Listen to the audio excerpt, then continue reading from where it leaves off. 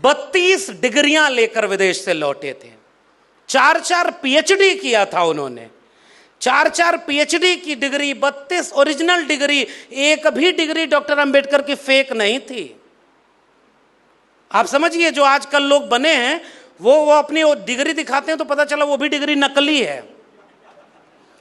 और हमारे विश्वविद्यालय की डिग्री है, जिस समय वो फॉन्ट बना ही नहीं था तब भी वो डिग्री बन गई थी।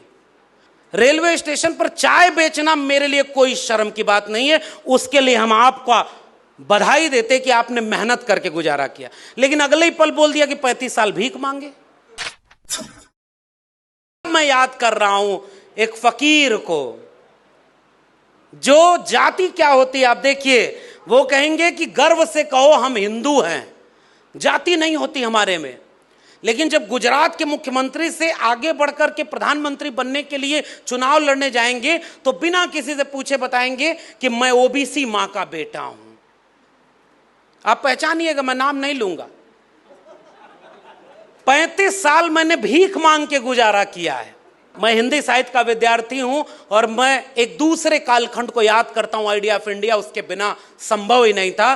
वो संतों का आंदोलन था जिसमें कबीर, रविदास, पलटू दादू, भीखा, बुल्ले शाह, बाबा फरीद थे।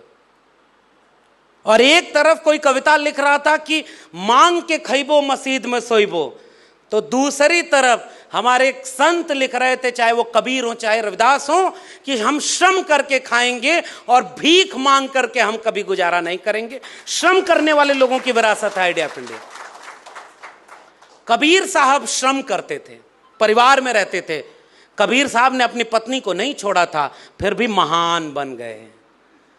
रविदास जी ने अपनी पत्नी नहीं छोड़ा, श्रम किए, घर में रहे, महान है, याद किए जाएंगे। पलटू दादू, भीखा, बुल्ले शाह, बाबा फरीद, आप पूरा संतों का आंदोलन देखिए। घर में रहे, श्रम किया, मेहनत किया और फिर भी एक ऐसा विचार देकर के गए कि आज भी आप आइडिया ऑफ इंडिया में से इन लोगों को हटा दीजिए तो ये मुल्क कभी ऐसा बन ही नहीं पाएगा। उन्हें कभी नहीं कहना पड़ा कि मैं अपना घर बार, पत्नी, सब कुछ देश के लिए छोड़ दिया है। 35 साल भीख मांगना कोई गर्व की बात है कि शर्म की बात है? रेलवे स्टेशन पर चाय बेचना मेरे लिए कोई शर्म की बात नहीं है, उसके लिए हम आपको बधाई देते कि आपने मेहनत करके गुजारा किया। लेकिन अगले ही पल बोल दिया कि 35 साल भीख मांगे। तपस्या की, बहुत मेहनत की, साधना किया और फिर नारा लगाया कि वो बेच रहे हैं भारत को, मैं चैन से कैसे सो जाऊं, सौगंध मुझे इस मिट्टी की, मैं देश नहीं बिकने दूंगा। अब इसलिए मैं इस नारे को यहां खड़े होकर याद कर रहा हूं कि जब आपका हमारा वोट लेकर के उनको हमने कुर्सी दे दी, हमारे लोगों ने उनको कुर्सी पर बिठाया, तो जैसे आपके तमाम बैंकों को उन्होंने बेच दिया है, वैसे ही हमारे शिक्षण संस्थानों को भी उन्होंने प्राइवेट हाथों में बेच दिया है। और अब जिसके जेब में पैसा होगा, लाखों रुपए खर्च करके वो डिग्रियां खरीदेंगे। इसलिए मैं शिक्षा की चिंता को बैंक कर्मचारियों के आयोजन में जोड़ते हुए कह रहा हूं कि ये भारत का जो नक्शा बन रहा है, ये idea of India doctor Ambedkar के सपनों का भारत नहीं है। डॉक्टर अंबेडकर के सपनों के भारत में क्या था? डॉक्टर अंबेडकर साफ विचार रखते थे कि शिक्षा देना राज्य की जिम्मेदारी होनी चाहिए।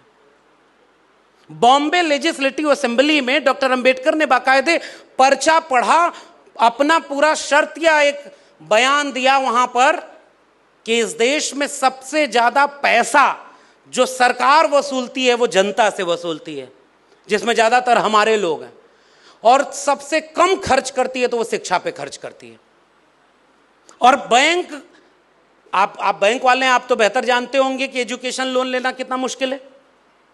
डॉक्टर अंबेडकर ने यह चिंता जाहिर की थी कि अगर इस देश में चुनी हुई सरकारें शिक्षा देने का काम नहीं करेंगी तो शिक्षा सबको नहीं मिल पाएगी। और इसके लिए जब उन्होंने कहा था ना कि शिक्षा व शेरनी का दूध है, जो पिएगा वो दहाड़ेगा, कोई दहाड़ न पाए, इसलिए जिनके जहन में मनुस्मृति थी, उन्होंने भारत के संविधान को कमजोर करने के लिए, आइडिया ऑफ इंडिया को कमजोर करने के लिए, डॉक्टर अंबेडकर का सपनों का भारत न बन पाए, इसको सुनिश्चित करने के लिए उन्होंने शिक्षा को भी प्राइवेट हाथों में बेच दिया है।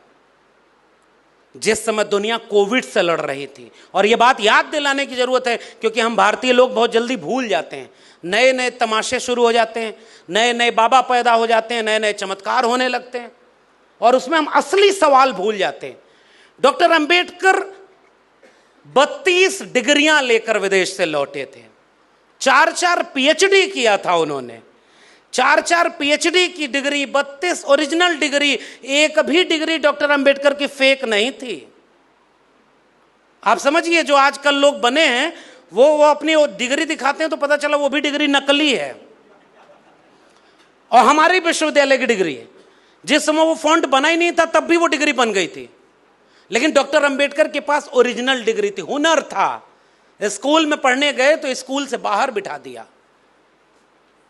उन्हें शिक्षा तक मिलना नहीं नसीब हुआ, लेकिन फिर भी अपने हुनर से जब पढ़ाई की विदेश से लौटे। और मैं गया हूं उस जगह पर, गुजरात का वडोदरा जिले का सयाजी बाग, जो अब संकल्प भूमि के नाम से जाना जाता है। डॉक्टर अंबेडकर जब वहां अपनी शर्त के मुताबिक नौकरी करने गए, अफसर रैंक पर थे। चपरासी फाइल फेंक कर देता था, पानी पीने को नहीं देता था। उतना अपमान, जलालत। डॉक्टर अंबेडकर उस जगह पर लौट कर आए और रोए। उनके पास तो सारी ओरिजिनल डिग्रियां थीं। देखते कि इस देश में इतना बड़ा अपमान एक पढ़े लिखे शख्स के साथ हो सकता है तो ये देश रहने लायक नहीं है। विदेश चले गए होते, अच्छी डिग्री लेकर के गए थे, अच्छी नौकरी पाते, एक अच्छे पिता, एक अच्छे पति, एक अच्छे नागरिक हो जाते। लेकिन रोने के बाद डॉक्टर अंबेडकर ने वही संकल्प लिया कि मैं इसी मुल्क में रहूंगा, और जब मैं इतना पढ़ा लिखा हूं, मेरे साथ इतना अपमान है, तो मेरे लोगों के साथ कितना अपमान होगा। उन्होंने वही संकल्प लिया कि जब तक इस देश में मैं बराबरी का समाज नहीं बना देता, इस जाति व्यवस्था के खिलाफ आंदोलन पूरे देश में नहीं खड़ा कर देता, तब तक मैं चैन से नहीं बैठूंगा। और आज भी वो जगह संकल्प भूमि के नाम से याद की जाती है। और इसलिए मैं कहता हूं डॉक्टर अंबेडकर हमारे नायक हैं। उन्होंने भागना कबूल नहीं किया, जो सबसे बड़ी मुश्किल थी उससे सीधे टकराना कबूल किया। और तब मैं ये बात याद करते हुए कह रहा हूं कि डॉक्टर अंबेडकर की चिंताओं में से सबसे प्रमुख चिंता थी शिक्षा। और शिक्षा के लिए डॉक्टर अंबेडकर बार बार कहते हैं कि शिक्षा पर सबसे ज्यादा खर्चा स्टेट को करना चाहिए, क्योंकि आम जनता के टैक्स के पैसे से स्टेट चलता है। शिक्षा सरकारी होनी चाहिए। डॉक्टर अंबेडकर वहीं पर स्पष्ट अपनी राय रखते हैं कि बैंकों का नेशनलाइजेशन होना चाहिए। डॉक्टर अंबेडकर का साफ विचार है कि बैंक राष्ट्रीयकृत होना चाहिए, वित्तीय निगम राष्ट्रीयकृत होना चाहिए, रेलवे को राष्ट्रीयकृत करने की बात करते हैं। और आज कुछ लोग जो डॉक्टर अंबेडकर का नाम लेते हैं और 14 अप्रैल को उनकी मूर्ति पर माला भी पहनाते हैं, वो इन्हीं सारी चीजों को प्राइवेट हाथों में बेच रहे हैं।